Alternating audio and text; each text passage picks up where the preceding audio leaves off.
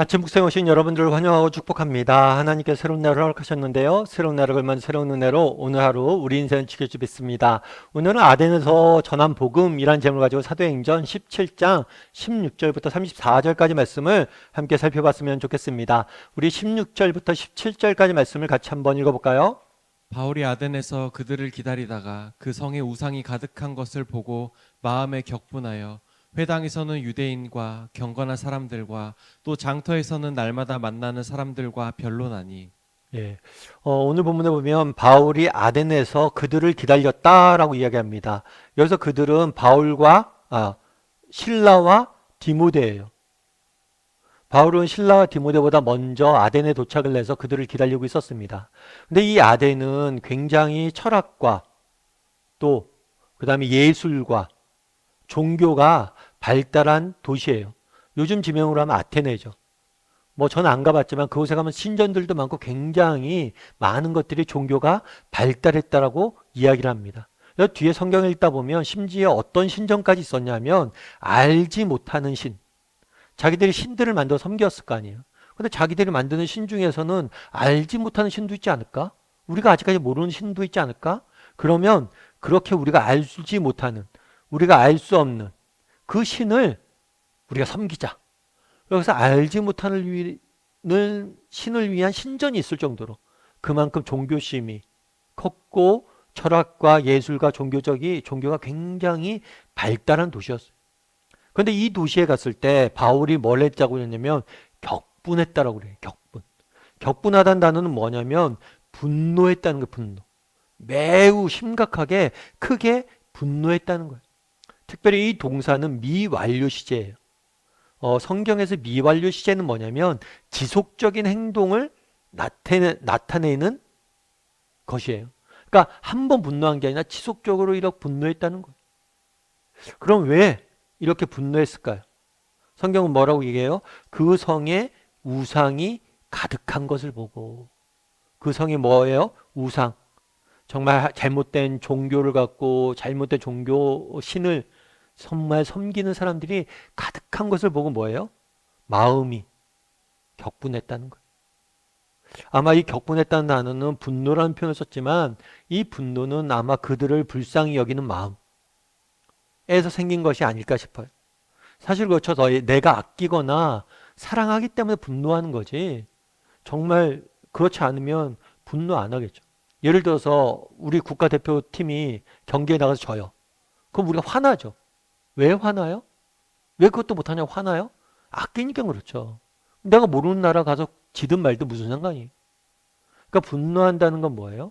그만큼 이들의 영혼들을 불쌍히 여기고 아꼈기 때문에 그 영혼들이 정말 잘못된 길로 가는 것이 너무나 뭐란 거예요? 불쌍해서 분노하고 있는 모습들을 우리는 보게 되는 거예요. 그러면 이 분노했다는 게 정말 사랑의 표현이라는 걸 어떻게 알 수 있냐? 그 다음에 보면 알 수 있어요. 회당에서는 뭐해서 분노했어요. 그래서 회당에서는 유대인과 경건한 사람들, 또 장터에서는 날마다 만나는 사람들과 변론했다. 회당은 요즘 말로 하면 교회예요. 장터는 뭐예요? 일터나 아니면 뭐 시장이나 뭐 이런 거죠. 그러니까 교회에서나 세상에 나가서나 만나는 사람마다 뭐란 거예요? 복음을 전했다는 거예요. 여러분 정말 분노하고 그러면 진짜 화난 거면 외면하죠. 근데 아끼기 때문에 그들이 잘못된 곳으로 빠질까봐 불쌍히 여기는 마음에 분노했고 분노한 것에 멈추지 않았어요. 복음을 전하는 행위까지 이루어지는 것들을 우리는 보게 되는 것. 그러면 우리도 한번 돌아볼 필요가 있겠죠. 우상에 가득한 것을 보고 우상에 빠져있는 사람들 보고 우리도 이렇게 불쌍히 여기서 분노하는 마음들이 있는가? 여러분 어떠세요? 세상 속에 보면 정말 하나님을 믿지 않고 또 세상에 그런 철학이나 종교를 쫓아가는 사람들, 세상에 주는 물질적 부나 세상이 주는 온갖 자랑들 그런 것을 쫓아 살아가는 사람들 보면 정말 그들을 불쌍히 여기고 뭐예요? 정말 그들을 불쌍히 여기고는 마음들이 우리에게 있냐는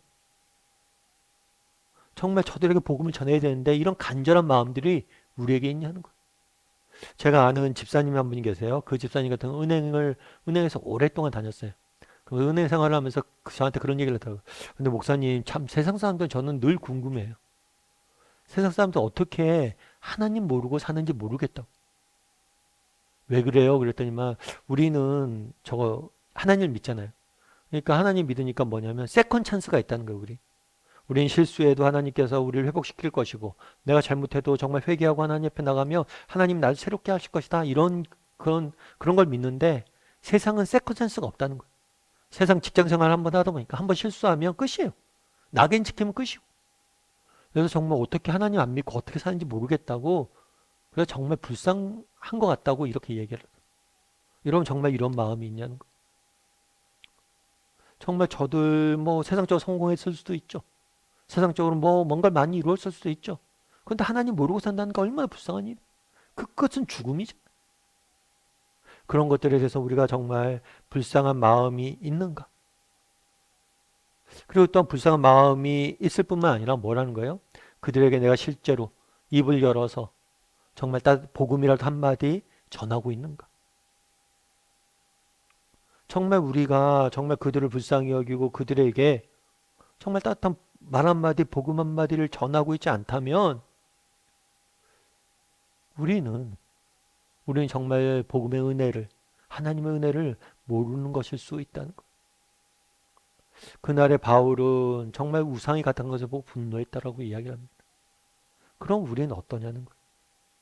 우리에게는 이런 분노들이 있습니까? 그리고 정말 그들을 만나서 뭐라는 거예요? 이렇게 복음을 전하는 그런 마음들이 있냐는 거예요. 제가 이제 친한 목사님이 계신데 같이 저랑 오랫동안 이렇게 사역했던 목사님인데 그 목사님 한 번은 그런 얘기를 하더라고요. 설교 때 어떤 얘기를 했냐면 그러니까 처음에 우리가 이제 지금은 스마트폰 누구나 이렇게 쓰잖아요. 근데 사실은 스마트폰이 나온 지 얼마 안 됐어요. 생각해 보면. 스마트폰 자체가 나온 지가 사실은 얼마 안 됐어요. 그래서 우리 세대들은 특별히 그렇다고 그러더라고요. 정말 가난한 최후진국에서 정말 최선진국을 사는 정말 그런 다양한 시대를 경험하는 사람들이죠. 우리는 어렸을 때 정말 먹을 것이 없어서 굶어 죽는 사람들 경험들을 했던 사람이고 지금은 뭐예요? 정말 비만으로 죽는 사람들을 보는 거죠. 근데 아무튼 이렇게 급격한 성장을 했는데 스마트폰도 마찬가지로 생긴 지 얼마 안 됐거든요. 근데 스마트폰이 처음 나왔을 때 그 목사님이 그 스마트폰을 샀어요. 산 다음에 맨날 우리 만나면 자랑하는 게 뭐냐면 야 이거 알아 이거? 하면서 이게 쫙 하면 화면이 확대된다는 거예요. 야 화면이 확대돼 이렇게 크게도 보여 막 하면서 너무 자랑을 하는 거예요. 그래서 와 대단하다 대단하다 막 이런 얘기 많이 했었는데 나중에 그러다가 한번 설교를 하는데 그런 반성이 들었대요. 어떤 반성이 들었냐면 정말 내가 만난 사람마다 스마트폰 이 기능이 있다고 이렇게 자랑하고 사람들에게 홍보하고 그랬는데 내가 복음을 이렇게 전했어야 되는데 정말 내가 진짜 좋아하는 거 정말 내가 너무 좋아하고 너무 아끼는 것이 있으면 우리도 그렇죠. 음식 하나 먹어도 맛있는 거 먹으면 막 자랑하고 막 인스타에 올리고 자랑하고 막 그러죠.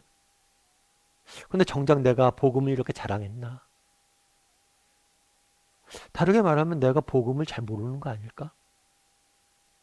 정말 그거를 아이폰 같은 거 보고 야 이게 신기하고 이게 놀랍다 이렇게 하는데 정말 하늘에 계신 하나님께서 우리를 사랑하시고 정말 우리를 위해서 예수 그리스도가 죽으시고 정말 예수 그리스도를 통해서 우리가 정말 영원한 생명을 얻었다는 이 사실 그리고 그 하나님께서 우리를 자녀 삼아 주시고 내 인생을 인도하시고 지키신다는 이 사실 이런 사실에 대한 내가 감격이 있는가?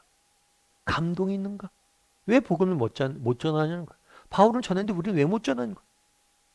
우리에게 혹시라도 저런 이런 감격이 사라져 있기 때문 아닌가? 이런 반성이 들었다고 그러더라고요. 우리도 한번 오늘 본문에서 한번 점검해 봤으면 좋겠어요. 바울의 아덴의 그 영혼들, 그 예수 그리스도를 모르는 영혼들 보고 불쌍한 마음이 있었다는데. 그리고 만난 사람마다 제발 좀 믿으라고 이야기했다는데. 우리에게는 이런 게 있는가? 없다면 왜 없는가? 그래서 우리에게도 이런 바울 같은 마음들을 회복시켜주고 또 우리도 입을 열어 복음을 전할 수 있는 사람이 되게 해달라고. 이렇게 이 시간에는 정말 우리가 함께 그런 사람이 되었으면 좋겠고 또 그렇게 함께 기도했으면 좋겠습니다. 우리 함께 기도했으면 좋겠는데요. 기도하실 때 오늘 말씀 기억하면서 기도했으면 좋겠습니다. 특별히 오늘 정말 우리가 이야기했는데 정말 우리가 바울처럼 정말 하나님의 복음을 전할 수 있는 사람이 되게 해달라고. 정말 바울과 같은 마음이 우리에게 회복시켜 달라고. 그 영혼들 불쌍히 여기는 마음대로 우리에게 회복시켜 달라고. 그리고 입을 열어 복음을 증거하게 해달라고 기도해 주시고, 또 기도하실 때 한 사람을 위해서 기도했으면 좋겠습니다.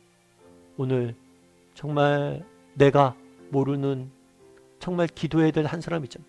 예수 그리스도를 모르는 그 한 사람, 지금 생각나는 사람이 있을 거예요. 그 사람을 위해서 기도하. 오늘은 정말 믿지 않는 영혼 한 영혼 붙잡고 기도하는 날이 되었으면 좋겠습니다.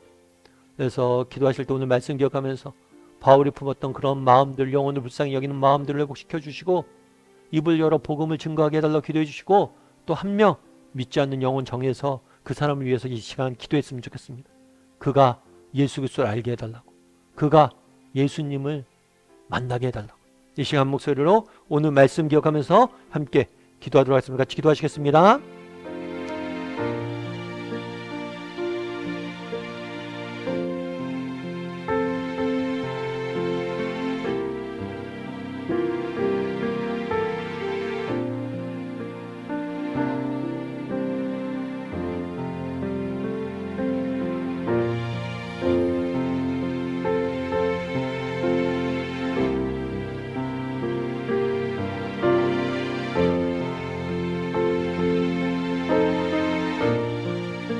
사랑의 하나님, 오늘 정말 우상을 섬기는 그 불쌍한 영혼들을 보고, 그 믿지 않는 영혼들을 보고 불쌍히 여겨 날마다 입을 열어 복음을 증거하는 바울의 모습을 보게 됩니다.